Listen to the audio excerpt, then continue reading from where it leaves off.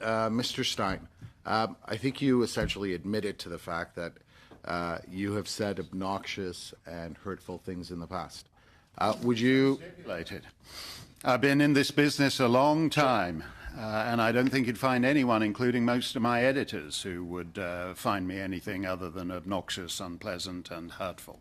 Okay, so would you agree that the article you wrote in Maclean's "The Future Belongs to Islam," where you stated it's the end of the world as we've known it. Would you agree that's alarmist, that's obnoxious? Well, actually, that's a bit of the problem with it. This is what and with respect to Mr. Garrison thinking this is all academic and mumbo-jumbo, that's what the my learned friends would call res judicata. The thing has been adjudicated. I was taken to three... Would you say that that's obnoxious and No, I was taken to three human rights tribunals and I won, sir. I won. If you want to take me to court for a fourth time, I won. No, that's been adjudicated and I'm in the clear. I beat the rap. In British Columbia, at the Federal Commission. I don't think you were adjudicated as to whether you were obnoxious or you were hurtful. No, as I said, it's so stipulated, sir. No, but that's not what you were adjudicated. That is correct. That is. Would you agree with that? My obnoxious. I sat in the Robson Street Courthouse in Vancouver and heard an expert witness flown in from Philadelphia discourse on the quality of my jokes, some of which are indeed obnoxious, hurtful. I think that is better left to an article in the Literary Review of Canada, Absolutely. sir.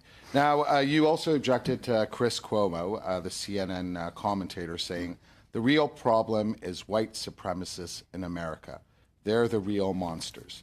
You took issue with that. Why did you take issue with that statement? Well, actually, I'm not sure I have any particular... Well, here's the thing. My QC in that case, Julian Porter, also the Prime Minister's QC, he took the position... Could we just stick to Mr. Cuomo's... I'm answering your question. He took the principled position that we had nothing to defend under Canadian law. I am not here, sir, to justify to you words I have used on TV in the United States, radio in Australia. And I do not intend to do it.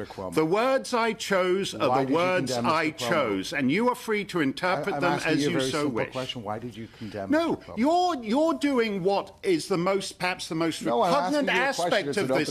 No, you're doing what is the most repulsive aspect of this committee, which is you're trying to force people to deny certain things they said 5, 10, 15 years ago. I'm asking questions. That's my job here. As if there is only one correct position on Islam, on immigration, on climate change, on transgender bathrooms, on same-sex marriage. We cannot keep going on saying this is the correct line, and if you don't, and you're not willing to sign on to that, you're a hater. I have to say that I completely agree with Mr. Garrison. Well, this isn't an abstract exercise. I'm just asking you simple questions. Well, I'll tell you something with respect to that, too. I'm not going to bandy death threats with Mr. Garrison. I take it he's had them.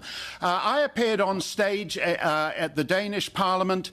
I had to be protected by Danish secret police, security service, the Secret Service.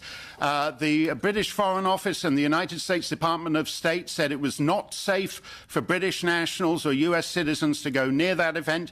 When I appeared there 5 years before, I was on stage with four other people, one of whom had her restaurant firebombed, the other of whom had his event shut up. No, I'm telling you that there are all kinds of people who get death threats, and if the alternative is surrendering our liberty over death threats, to hell with that, sir. Thank you.